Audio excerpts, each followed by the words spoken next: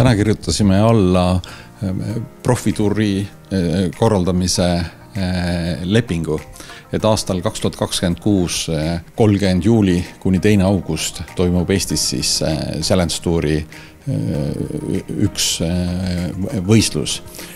Challenge Tour on teise taseme golfiturniir. Challenge Touri korraldamine läheb maksma aastas keskmiselt 500 000 eurot kuni 600 000 eurot. Ja kuna me kirjutasime alla lepingu, et me korraldame 3 aastat, siis on miinimum 1,5 miljonit eurot. Sellest 300 000 eurot läheb võistlustasudeks.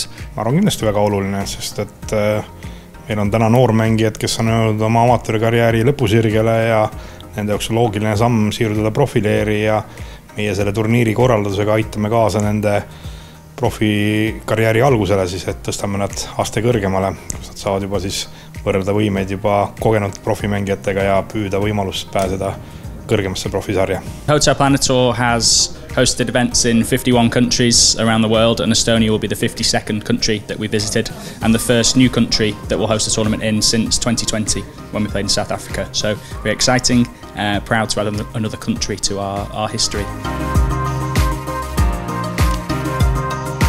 Kuidas Eestis väljakutega lood on? Kas meil on piisavalt sellele tasemele vastavaid väljakuid?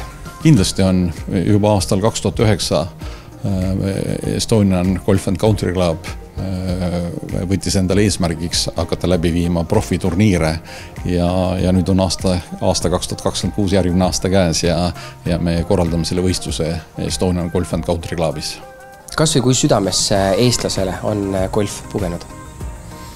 Ma arvan, et iga aasta pueb aina rohkem, et aina enam inimesi teadvustab endale, mis asi see golf on ja aina enam inimesi on neid proovinud ja aina enam inimesi on ka mängima jäänud ja võimalusi rohkem tuleb ja väljakuid juurde tuleb Eesti Vabariigis, siis ma usun, et me näeme mingil hetkel golfi plahvatusliku kasvu, et loodetavasti juhtub see lähi 10 aastal.